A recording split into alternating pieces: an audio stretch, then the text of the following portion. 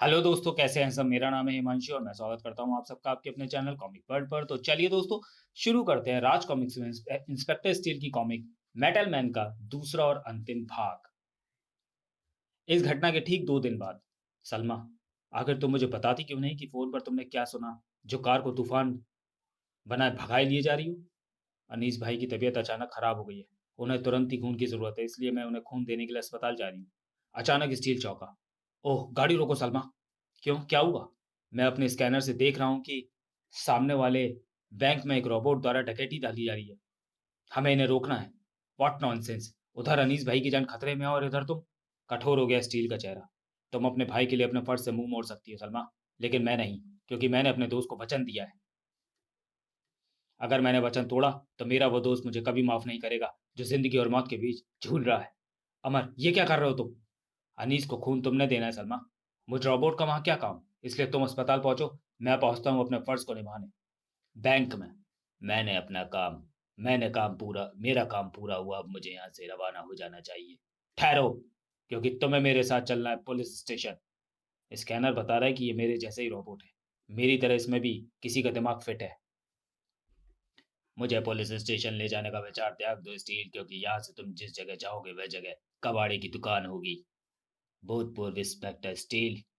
उस रोबोट की इस हरकत को देखकर स्टील के दिमाग को लगा एक जोरदार झटका।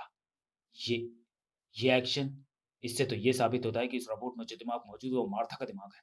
वह मार्था जो मेरी पत्नी और बच्चे का पता जानती है। भाग!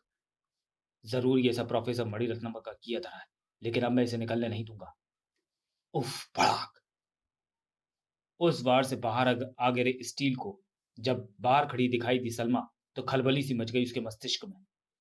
सलमा भी यहीं रुक गई, जबकि अनीस की जान बचाने सलमा का अस्पताल खून देने पहुंचना बहुत जरूरी था। तड़ाक! उसे तुरंत ही यहाँ से ले जाने के लिए बोलना हो उसे तुरंत ही यहाँ से जाने के लिए बोलना होगा। लड़ाई की तरफ से अपना ध्यान हटाकर चीखा स्टील। तुम यहाँ क्यों खड़ी हो सलमा? अनीस की जान बचाने के लिए तुम्हारा अस्पताल पहुंचना बहुत जरूरी है सलमा। जाओ यहाँ से। यह ऐसे खड़ी हो रही है जैसे उसने मेरी बात सुनी ना हो। इसका मतलब ये जानबूझकर यहाँ खड़ी। उफ! कैसे समझाऊं उसे कि उसका अस्पताल पहुंचना भी जरूरी है और मेरा यहाँ रहकर अपना फर्ज निभाना भी। मुझे तुरंत ही कोई फैसला करना होगा। स्टील को कोई फैसला नहीं करना पड़ा। फैसला खुद ही हो गया, क्योंकि अपनी सोचों में डूबा स्टील जब तक संभलता तब तक। देखते ही देखते सभी की आंखों से ओझल हो गया वह रोबोट। ज़ूम! ओह! रोबोट बनी मार्था भाग निकलने में सफल होगी। अब मुझे सलमा को लेकर अस्पताल पहुंचना चाहिए। अब वहां जाने से कोई फायदा नहीं अमर, क्योंकि हमें अस्पताल पहुंचते पहुंचते बहुत देर हो जाएगी। और अनीस भैया के पास इतना समय नहीं है। कहते कहते फूट फूट कर रो पड़ी सलमा। जबकि स्टील, मेरे दोस्त और तुम्हारे भाई अनीस को कुछ नहीं होगा सलमा। हम वहां समय से ही पहुंचेंगे, क्योंकि हमें वहां पहुंचाएगा पुलिस हेडक्वार्टर पर खड़ा मेरा हाई स्पीड स्पेशल हेलीकॉप्टर, जो मेरे हाथ में लगे रिमोट कंट्रोल से संचालित संचालित है। इसलिए स्विच दबाते ही वह वहां से उड़ान भरकर कुछ ही पलों में हम तक आ पहुंचेगा। आओ सलमा। गड़गड़ गड़गड़ गड़गड़। इस कॉप्टर को बुलाकर मैंने एक गैर कानूनी काम तो जरूर किया है, लेकिन अपने दोस्त की जान बचाकर और एक अपराधी को कानून के हवाले करके अपने इस अपराध की भरपाई करूंगा मैं। सलमा को सिटी अस्पताल पहुंचाकर फिर वहां ना रुका स्टील। पश्चिम की दिशा में उड़ता हुआ वह रोबोट अभी ज्यादा दूर नहीं जा पाया होगा। मुझे विश्वास है कि इस हेलीकॉप्टर में लगा अति संवेदनशील रडार उसको जरूर पकड़ लेगा। पकड़ लिया। अब वह बचकर नहीं निकल सकता। पिक पिक पिक पिक, जल्दी। हा हा हा हा हा। एक बार में इतनी दौलत लाकर तुमने दिखा दिया है मार्था कि तुम्हारे दिमाग को रोबोट में डालकर मैंने कोई गलती नहीं की। हा हा हा हा हा। काश तुमने मुझसे बेवफाई ना की होती तो मैं तुमसे ये गैर कानूनी काम हरगिज नहीं करता। ठीक तभी दीवार गिरने से प्रोफेसर मणिरत्न बुरी तरह चौंका। भाग! कौन है ये? स्टील? हाँ, तेरे गुनाहों की सजा देने आ पहुंचा हूं मैं यहाँ। आ पहुंचा है तो यहाँ से बचकर नहीं जाएगा। ओह! स्टील को शिकंजे में फंसाकर रोबोट की तरफ पलट कर चीखा वह। इससे पहले कि ये शिकंजे को तोड़कर आजाद हो, तुम अपने वारों से खत्म कर डालो उसे।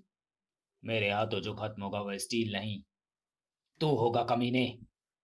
इसका मतलब इसके मस्तिष्क से मेरा होल्ड खत्म हो गया।